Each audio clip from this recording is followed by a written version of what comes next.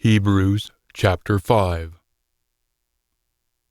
For every chief priest who is taken from among humans is designated on behalf of humans for the things offered to Almighty, so that he might be offering both presents and sacrifices for wrongdoings. He is able to deal sympathetically with the ignorant and straying, since he himself is also encircled with weakness. Now, because of this, he is obligated to be offering up offerings for wrongdoings, not only for the people, but also for himself. Now, no one takes this honor upon himself. Rather, he is called by Almighty, just as Aaron was. So, too, the Anointed One didn't take upon himself the esteem of being a chief priest. Rather, it was the one who spoke this to him. "You are my son. Today I have caused you to be born." Musical Composition 2, verse 7. Just as he says also in a different place, "You are a priest even to the last age, according to the order of Melchizedek." Musical Composition 110, verse 4. During the days of his flesh, he offered up both petitions, or prayers of request, and entreaties, with loud yelling and tears, to the one able to save him from death, and he was heard because of his reverence. Even though he was a son, he learned obedience from the things that he suffered. Then, when he had been made perfect, he became the causer of salvation from destruction in the last age for all those who are continually obeying him. And he was introduced by Almighty as a chief priest according to the order of Melchizedek. We have much to say about this, but it is difficult to interpret it for you since you have become apathetic in hearing. For even when by this time you ought to be teachers, you are continually needing someone to teach you the beginning elements, or the ABCs, of Almighty's words once again. And you have become those who are continually needing milk, instead of solid nourishment. For whoever is receiving their share in milk is untested in the word that tells about things that are right and just, for he is a youngster. Yet solid nourishment is for those who are mature, whose faculties have been habitually trained for discriminating between what is ideal and what is bad. Hebrews chapter 6. For this reason, leaving the beginning account, or the ABCs, about the Anointed One, we should be carried along to maturity, and not as continually relaying a foundation of change in thoughts and feelings, from dead works, and of faith in Almighty, of teaching about immersings, about the placing on of hands, about the resurrection of the dead, and about the judgment of the last age.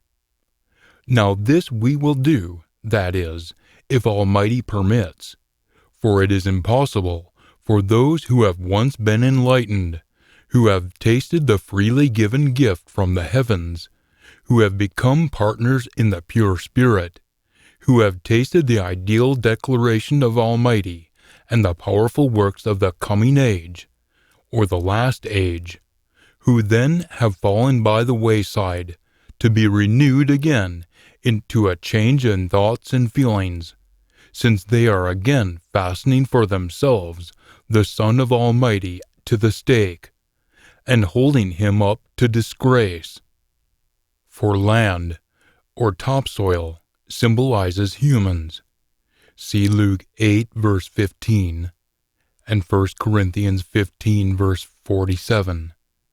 That has drunk up the showers, that is, the pure Spirit's gifts, that are often coming upon it, and is continually yielding vegetation, or good works, that is fit for those for whom it is farmed, that is, Almighty.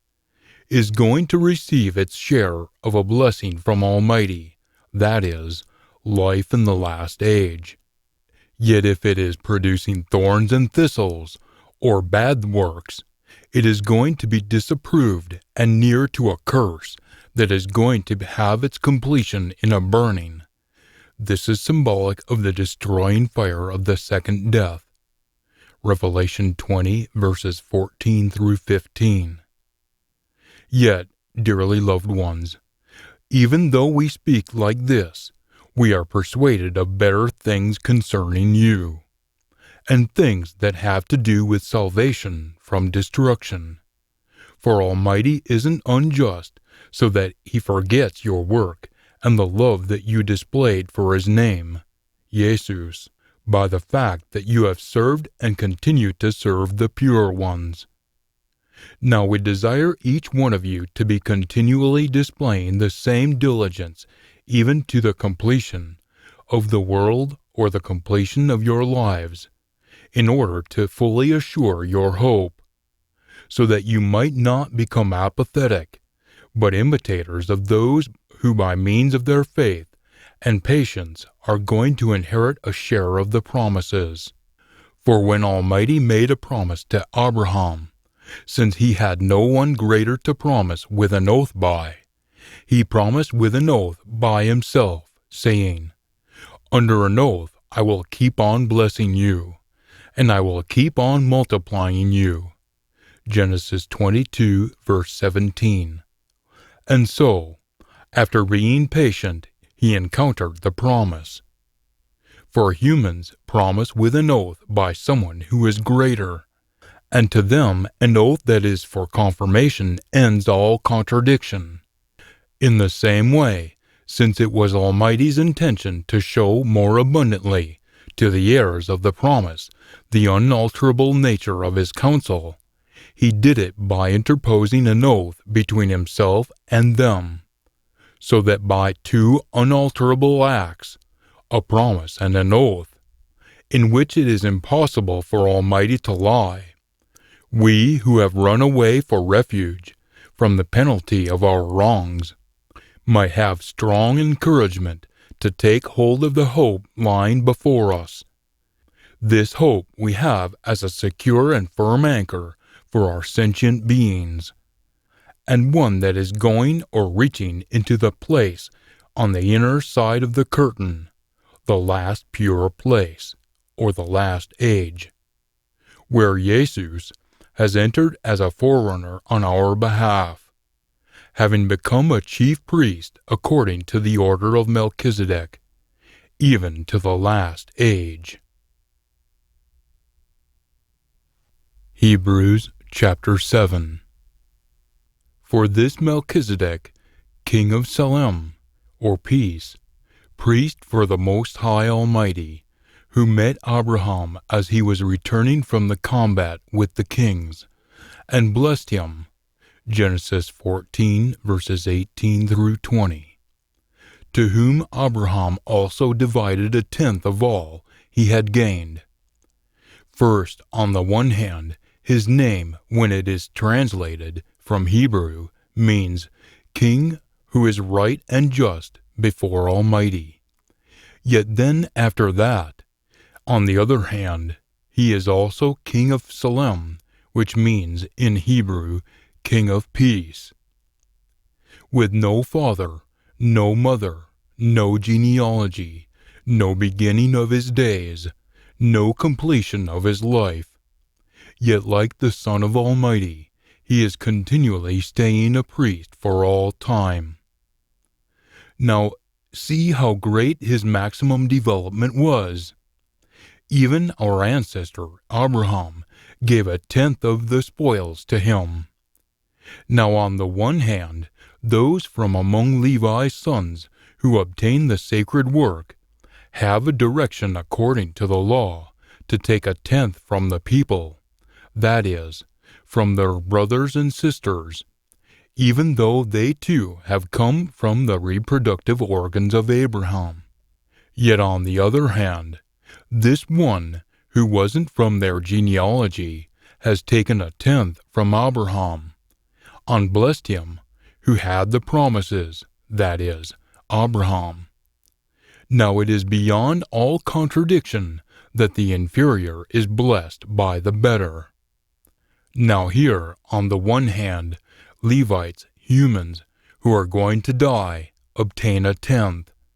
Yet there, on the other hand, by this one Melchizedek, of whom it is testified that he is living, so it can definitely be said that even Levi, who was obtaining a tenth, has given a tenth through Abraham, for he was still in the reproductive organs of his father when Melchizedek met him. Yes, indeed, if perfection was by means of the Levitical priesthood, for it was on the basis of it that the law was enacted for the people, what further need was there for a different kind of priest to rise up according to the order of Melchizedek? Musical Composition 110, verse 4. Instead of being called according to the order of Aaron. For when the priesthood is transferred, of necessity there occurs a transfer of law too. For this one, about whom these things are said, has shared in a different kind of tribe, from which no one has been paying attention to the altar as a priest. For it is very evident that our Master has arisen out of Judah, a tribe about which Moses spoke nothing concerning priests. Now this is even more abundantly sure, since a different kind of priest according to the likeness of Melchizedek was going to rise up, who has become such, not according to the law's direction dealing with the flesh, but according to the power of an indestructible life. For it is testified about this one, you are a priest even to the last age, according to the order of Melchizedek. Musical Composition 110, verse 4. For on the one hand, there does occur a rejection of the preceding direction, because it was weak and without benefit, for the law perfected nothing. Yet on the other hand, there is a bringing in of a better hope, through which we are drawing near to Almighty. Now, inasmuch as it wasn't without a promise, with an oath, for on the one hand, those others, the Levites, became priests without a promise, with an oath from Almighty. Yet on the other hand, this one became one with a promise, with an oath by the one who said to him, "The Master has promised with an oath and won't regret it. You are a priest even to the last age." Musical Composition 110, verse 4. By so much more, then, has Jesus become the guarantee of a better new contract. Now, on the one hand, those others have in greater numbers become priests, because death was preventing them from staying with it. Yet on the other hand, because this one is staying even to the last age, he has a priesthood that is without boundaries to step beyond. For this reason, he is even able to save from destruction those who are continually coming towards Almighty through him, even to the completion of everything, the beginning of the last age, since he is always living to intercede on their behalf. For such a chief priest was also proper for us, one who is unadulterated, innocent, undefiled, separated from wrongdoers, and becoming higher than those of the heavens. He doesn't need to daily offer up sacrifices like those other chief priests, first for his own wrongdoings, then after that for those of the people. For this he did once for all time, when he offered up himself. For the law designates humans as chief priests, who have weaknesses. Yet the word promised with an oath that came after the law, Hebrews 7 verse 21, Musical Composition 110 verse 4, designates a son, who has been made permanently perfect, even to the last age. Hebrews chapter 8. Now the sum of what we are saying is this: we have such a chief priest as this, one who has sat down at the right hand of the throne in the majesty in the heavens, an attendant to the last of the pure places, which is also the true tent, which has been set up by the Master, not by a human. For every chief priest is designated to offer both presents and sacrifices. For this reason, it is necessary that this chief priest also have something that he might offer. Yes, indeed, if he were on earth, he wouldn't even be a priest, since there are those who offer the presents according to the law. They offer divine service as an example and a shadow of the heavenly things, just as Moses was given notice by Almighty when he was about to complete the tent. For he affirmed, "You must be continually seeing to it that you make everything according to the representation that was shown to you on the mountain." Exodus 25, verse 40. Yet now he, Jesus, has encountered a more excellent attending work, inasmuch as he is also the mediator of a better, new contract, which has been enacted on better promises. For if that first one, the old contract, was without blame, there wouldn't have been any reason to seek a place for a second one. But since he was finding reason to blame the people, he says, notice, "The days are going to come," says the Master, "when I will conclude a new contract with Israel's household and Judah's household. It isn't going to be like the old contract that I made with their forefathers on the day when I took hold of their hands to lead them out of the land of Egypt. For they didn't stay within my old contract, so I have neglected them," says the Master. "For this is the new contract that I will make with Israel's household after those days," says the Master. "I'm going to put my laws into their minds, and I will inscribe them upon their hearts, and I will be their Almighty, and they will be my people. Then by no means shall they each teach his fellow citizen, or his brother or sister, saying, 'You must know the Master,' for all of them will be acquainted with me, from the least important to the greatest of them. For I will show mercy towards their injustices, and by no means shall I remember their wrongdoings any longer." Jeremiah 31, verses 31 through 34. By saying, "new contract," he has made the former one old. Now whatever is growing old and elderly is nearing its disappearance.